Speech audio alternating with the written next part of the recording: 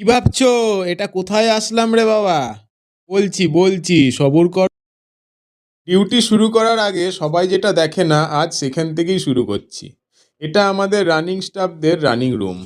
Sign of করার পরে এটাই আমার 8 ঘন্টার জন্য বিশ্রামের জায়গা। 9 ঘন্টা বিশ্রামের পরে দরজায় ঠক ঠক আওয়াজ। বলল 10:45-এ অন ডিউটি আছে।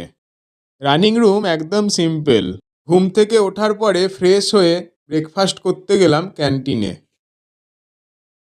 ব্রেকফাস্ট করে 1 কাপ চা খেয়ে নিলাম।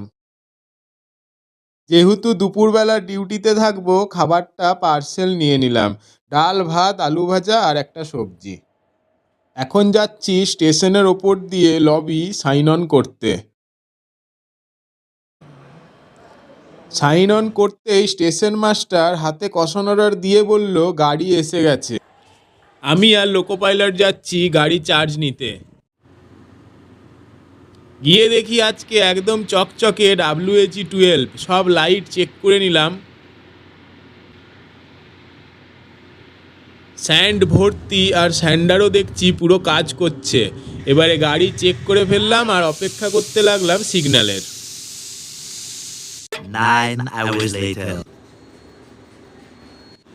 ফাইনালি 9 ঘন্টা পরে হেডকোয়ার্টার ফিরলাম, রিলিফ হয়ে গেলাম।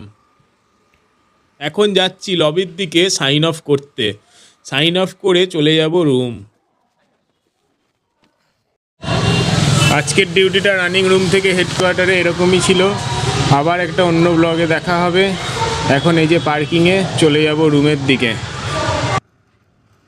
রেলের এই বাস্তব দিকগুলো ভালো লাগলে ফলো আর সাবস্ক্রাইব করতে পারো।